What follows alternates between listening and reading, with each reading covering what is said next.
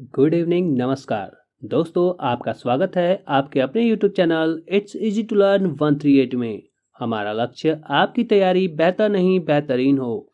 आज हम देखेंगे most important one liners series का दूसरा सेट, जिसमें है वेदों से रिलेटेड सिर्फ वैसे फैक्ट्स जो आपके परीक्षाओं में बार बार पूछे जाते हैं। तो चलिए बिना किसी देरी के इस छोटे से सेशन को शुरू करते हैं। Let's get started. आज के सेशन में सबसे पहले हम पढ़ेंगे ऋग्वेद के बारे में।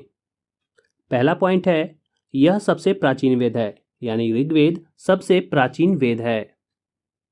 दूसरा पॉइंट है, इस वेद के ऋचाओं को पढ़ने वाले को होत्री कहा जाता है, यानी ऋग्वेद के ऋचाओं को पढ़ने वाले को होत्री कहा जाता है। तीसरा पॉइंट है, इस वेद के तीसरे मंडल में गायत्री मंत्र का उल्लेख है। तो प्रश्न इस तरह से पूछा जा सकता है कि ऋग्वेद के किस मंडल में गायत्री मंत्र का उल्लेख मिलता है। तो इसका उत्तर होगा तीसरे मंडल में।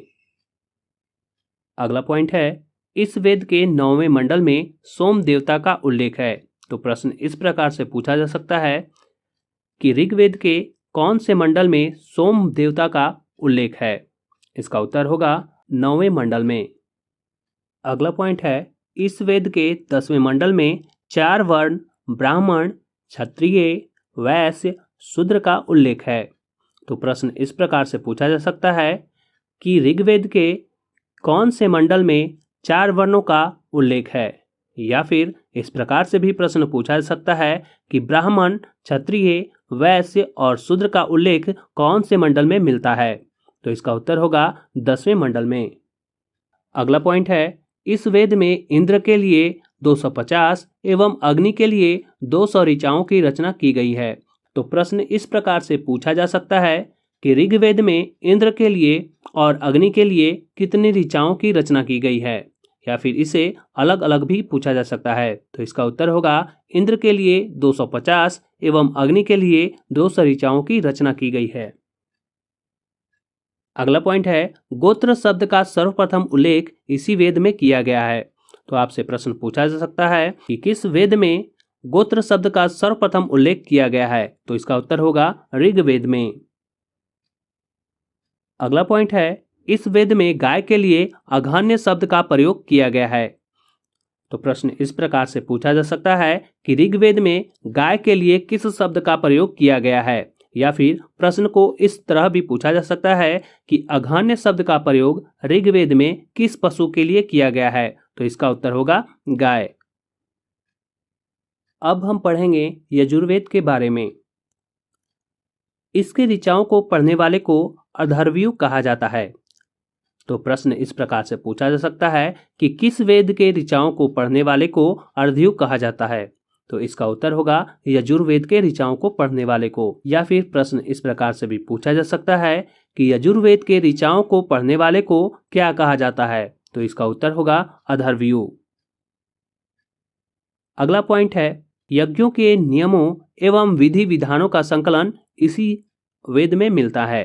यानी प्रश्न आपसे इस प्रकार पूछा जा सकता है कि यज्ञों के नियमों एवं विधि विधानों का संकलन किस वेद में मिलता है। तो इसका उत्तर होगा यजुर्वेद में। अगला पॉइंट है, इस वेद में बलिदान विधि का भी उल्लेख है। तो प्रश्न इस प्रकार से पूछा जा सकता है कि किस वेद में बलिदान विधि का उल्लेख है। तो इसका उत्तर होगा यजुर्वेद में।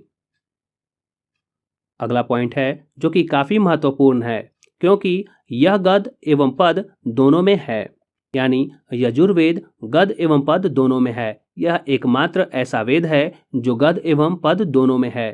तो प्रश्न इस प्रकार से पूछा जाएगा कि कौन ऐसा एकमात्र वेद है जो गद एवं पद दोनों में है। तो इसका उत्तर होगा यजुर्वेद। अगला वेद है सामवेद।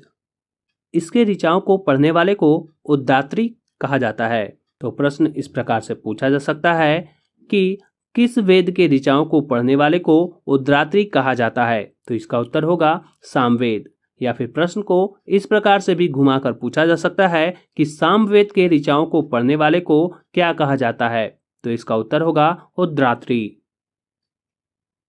अगला पॉइंट है, इस वेद को भारतीय संगीत का जनक कहा जाता है। तो प्रश्न इस प्रकार से पूछा जा सकता है कि किस वेद को भारतीय संगीत का जनक कहा जाता है? इसका उत्तर होगा सामवेद को। अब हम पढ़ेंगे अपने चौथे वेद अथर्ववेद के बारे में। इस वेद में सर्वप्रथम औषधि का उल्लेख मिलता है। तो आपसे प्रश्न पूछा जा सकता है कि किस वेद में सर्वप्रथम औषधि का उल्लेख मिलता है? तो इसका उत्तर होगा अथर्ववेद में।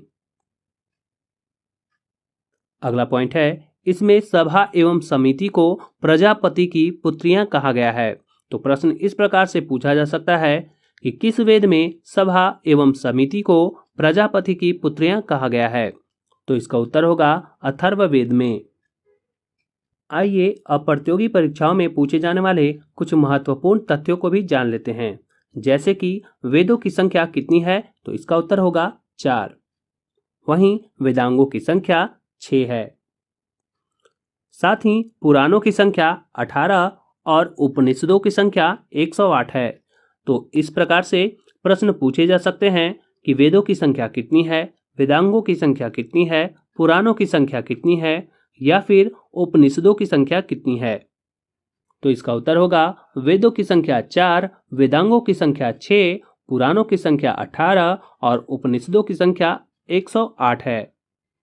वीडियो में अंत तक बने रहने के लिए आपका बहुत बहुत धन्यवाद। उम्मीद करता हूं आज का ये हमारा छोटा सा प्रयास आपको काफी अच्छा लगा होगा।